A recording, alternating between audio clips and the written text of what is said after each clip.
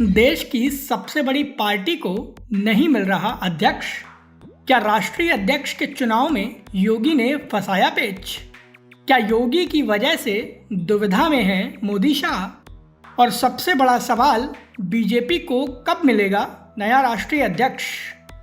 नमस्कार, ये है एनालाइज नाउ और आज हम बात करेंगे बीजेपी की, जो कि खुद को देश की सबसे बड़ी राजनीतिक पार्टी बताती है, लेकिन अभी तक अपने राष्ट्रीय अध्यक्ष का चुनाव नहीं कर पाई है। पीएम मोदी हो या गृह मंत्री अमित शाह, कोई भी इस मुद्दे को लेकर कुछ भी बोल नहीं पा रहा। जबकि बीजेपी के लिए सबसे बड़ी मुसीबत यूपी में सीएम योगी ने खड़ी कर रखी है और योगी फैक्टर की वजह से ही बीजेपी का पूरा प्लान अटक गया है। वीडियो में आगे बढ़ें उससे पहले हमारे चैनल को सब्सक्राइब कर लीजिए।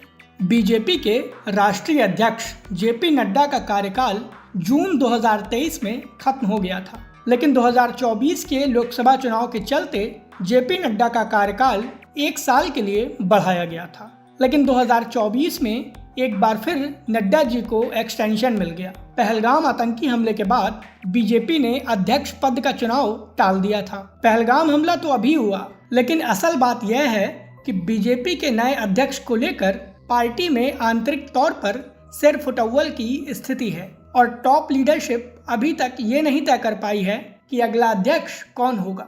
बीजेपी के संविधान की बात करें तो पार्टी के अध्यक्ष पद के चुनाव के लिए जरूरी ये है कि आधे से ज्यादा राज्यों में प्रदेश अध्यक्षों का चुनाव हो चुका हो।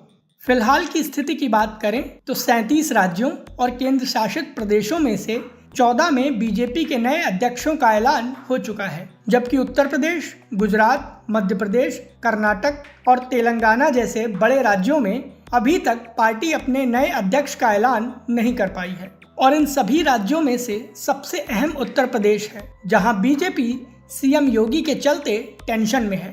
बीजेपी के लिए टेंशन की बात यह है कि एक तरफ सीएम योगी हैं तो दूसरी ओर आरएसएस भी इस बार बीजेपी में ऐसा राष्ट्रीय अध्यक्ष चाहता है जो कि मोदी शाह के अलावा एक अलग पावर सेंटर हो, जिससे बीजेपी में सारी ताकत केवल मोदी शाह के पास न रहे, बल्कि आरएसएस की भी बीजेपी में अहमियत बनी रहे।